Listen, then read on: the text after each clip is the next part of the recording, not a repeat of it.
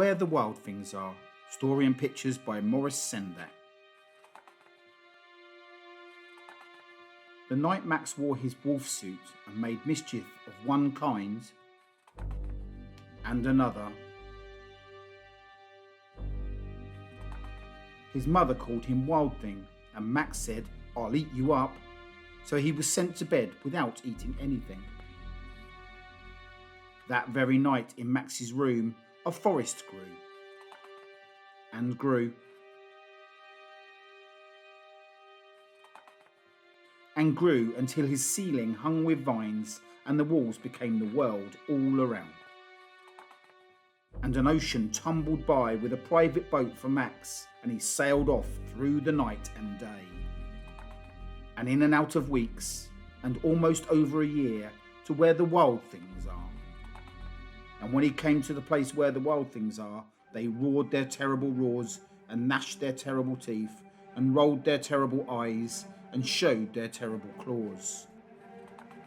Till Max said, "Be still," and tamed them with the magic trick of staring into their yellow eyes without blinking once, and they were frightened and called him the most wild thing of all, and made him king of all wild things. And now, cried Max, let the wild rumpus start.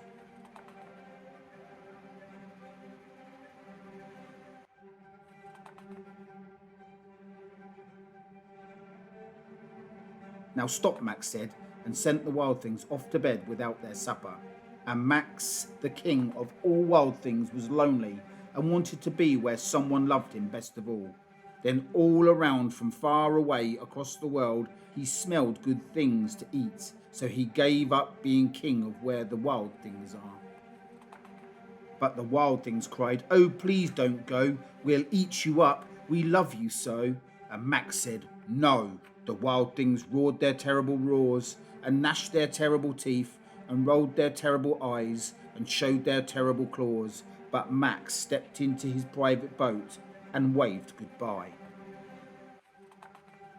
and sailed back over a year, and in and out of weeks, and through a day, and into the night of his very own room, where he found his supper waiting for him. And it was still hot.